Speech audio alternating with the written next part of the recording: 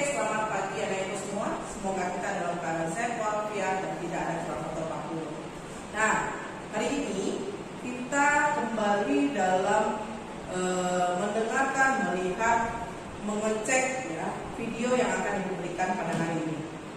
Nah, hari ini kita akan mempelajari mengenai bab 9, yaitu mengenai cara menangani cedera.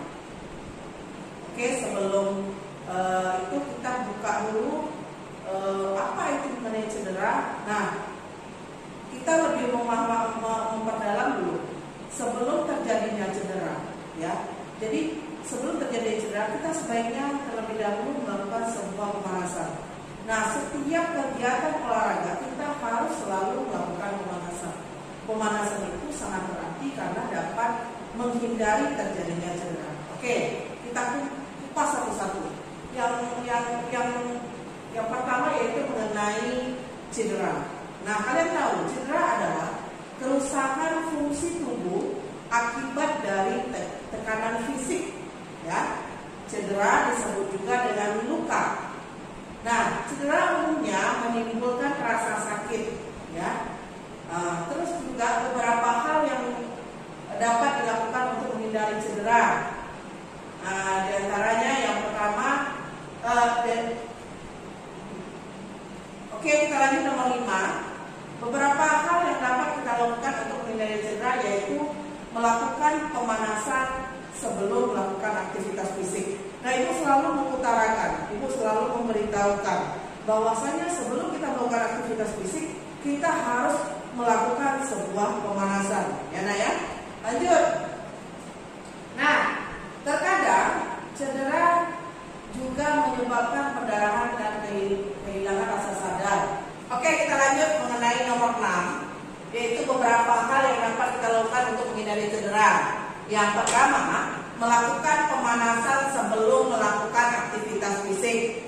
Nah, tadi ibu sudah sampaikan sebelumnya, dari awal kita menerangkan, ibu sudah bilang bahwasanya sebelum melakukan aktivitas fisik kita harus melakukan pemanasan, ya. Yang kedua, menggunakan peralatan yang aman ketika kita akan bermain, ya. Kita lihat dulu, misalnya alat yang kita menggunakan untuk pemanasan ataupun aktivitas fisik, misalnya olahraga yang kita gunakan itu berbahaya tidak?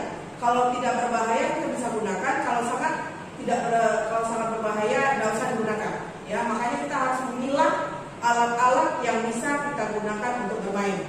Yang ketiga, memahami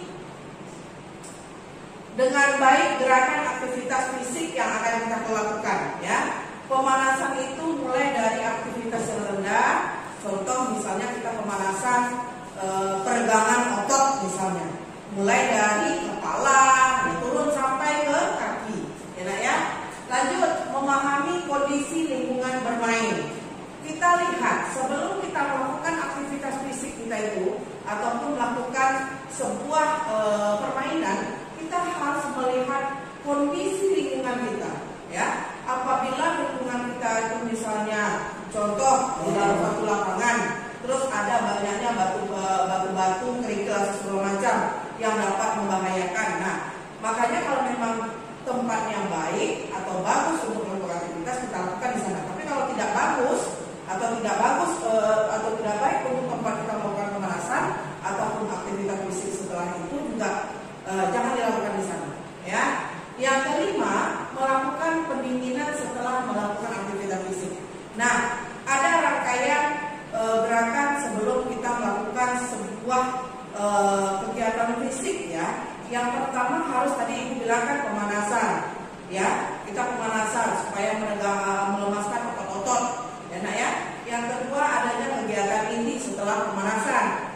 Nah, setelah kegiatan inti ini kita harus melakukan peregangan, ya, ataupun pendinginan supaya aktivitas yang kita lakukan tadi, ya, yang mananya pertamanya ototnya lemas, tiba-tiba melakukan fisik secara ekstra kuat atau ekstra semangat, saking semangatnya, terus kita juga harus melemaskan otot-otot yang tadi yang sudah tegak, ya, nah, ya. Jadi itu 3 rangkaian yang kita lakukan pada waktu melakukan aktivitas fisik. Oke, kita kupas lagi mengenai jenis dan cara menangani cedera. Nah, beberapa jenis cedera antara lain. Yang pertama luka. Nih luka ini pasti nih anak ibu pernah merasakan, ya. Yang kedua kesleo. Ini kesleo ini apabila kondisi tubuh kita tidak stabil, ya, bisa menyebabkan kesleo. Misalnya dalam waktu berjalan, ya, kondisi kamu tidak stabil. Nah, akibatnya kamu sempoyongan, terjatuh, kena tangan, terjadinya kesleo, ya. Terus kelelahan karena kepanasan. Nih, kalau kita misalnya kondisi dalam keadaan panas, kamu harus menguranginya dalam kondisi keadaan panas. Kenapa? Dapat melemahkan semua organ tubuh. Saking panasnya, makanya cedera itu akan timbul, ya. Yang ketiga pendarahan di hidung, nih yang sering ibu lihat kalau misalnya kita bertatap muka, ya.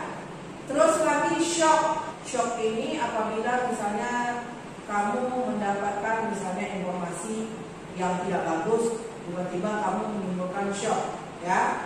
Terus pingsan, terus juga tidak bernapas, ini tidak bernapas itu jarang, ya. Terus keracunan dan kejang karena epilepsi. Ini mudah-mudahan jauh daripada epilepsi. Yang lagi mengenai patah tulang. Nah, ini patah tulang, dari beberapa luka tersebut itu ada yang kita alami di sekolah kita, ya. Di antaranya tadi adanya luka, terus kesleo, terus juga pendarahan hidung karena mimisan, terus juga patah tulang, ya. Oke, kita lanjut. Cara yang dapat kita lakukan untuk menangani luka. Yang pertama, hentikan pendarahan. Yang kedua, tinggikan anggota badan yang terluka, ya. Yang ketiga, oleskan luka dengan obat dan ditutup dengan kain kasa yang bersih. Tambahkan kapas lalu diperban. Ini biasanya di UKS selalu ada itu. Lanjut, apabila luka lebar dan dalam, segera bawa ke rumah sakit. Nah, itu tindakan lanjut ketika terdapatnya beberapa cedera, ya. Lanjut, kesleo dapat kita hindari dengan cara melakukan pemanasan dan benar-benar memahami gerakan yang akan dilakukan saat melakukan aktivitas fisik. Oke, nomor 10, berapa hal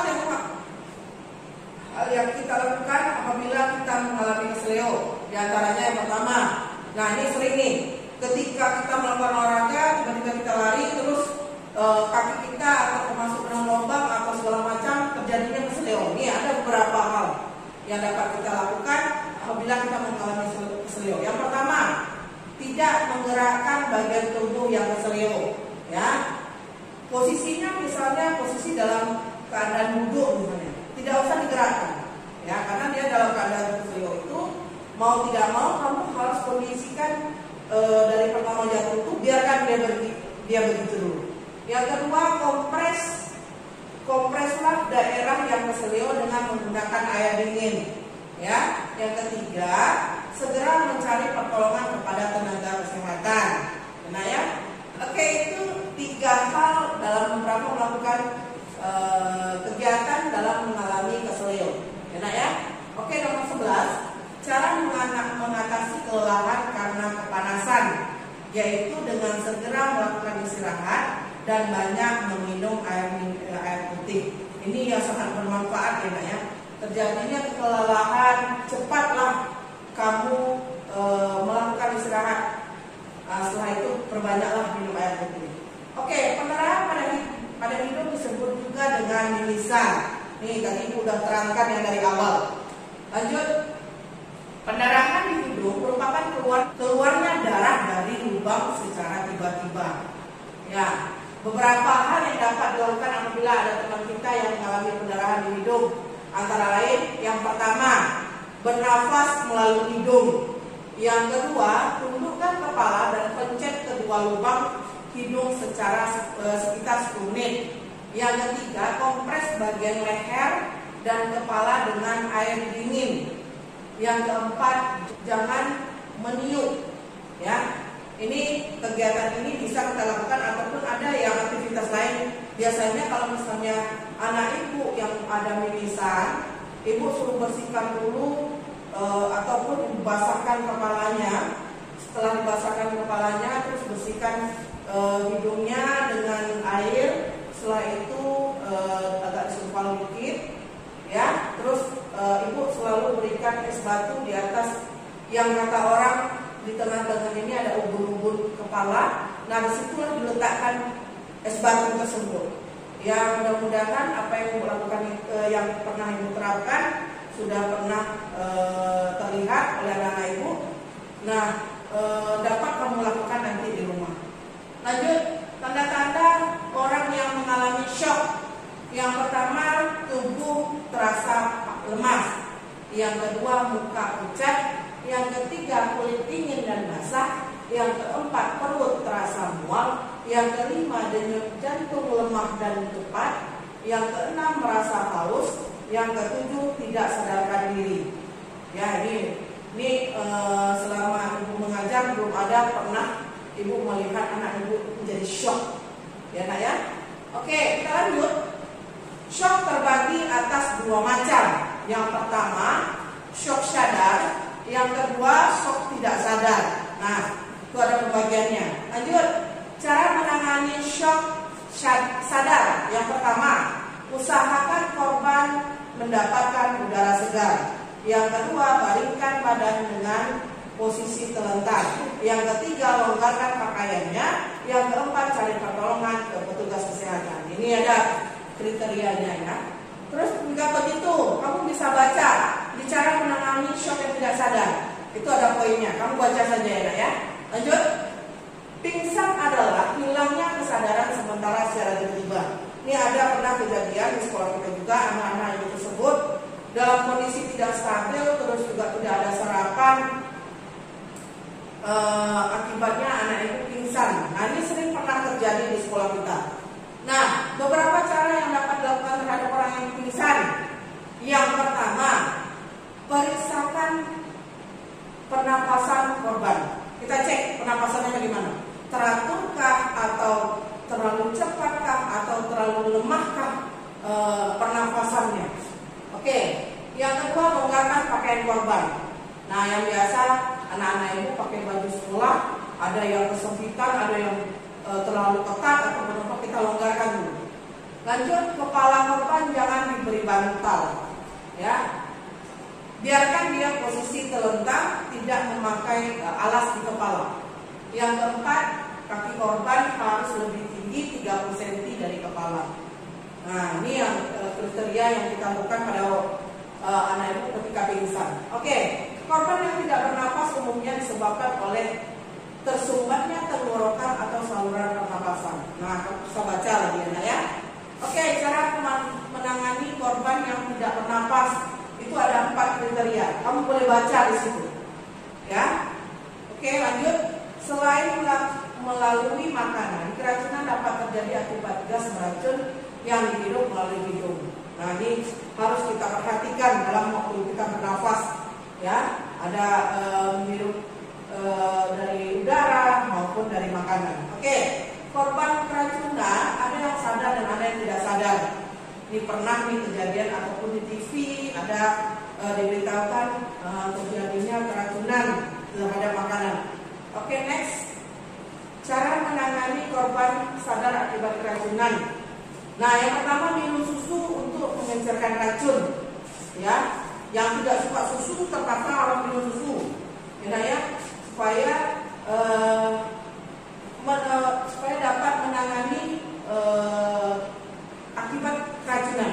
Yang kedua, segera langsung bawa dia ke rumah sakit. Yang jelas, penanganan terakhir kita kalau memang di sekolah kita sudah kita lakukan beberapa pertolongan, berikutnya kita harus membawa anak kita ataupun kamu sendiri yang mengalami, membawanya ke rumah sakit. Kita harus bawa ke rumah sakit, ya. Terus cara menangani korban yang tidak sadar akibat keracunan. Itu yang pertama, menidurkan badan setengah miring, dimiringkan badan itu. Yang kedua, tidak memberikan minum. Ya, dia tidak sadar, jangan kasih minum dulu. Nanti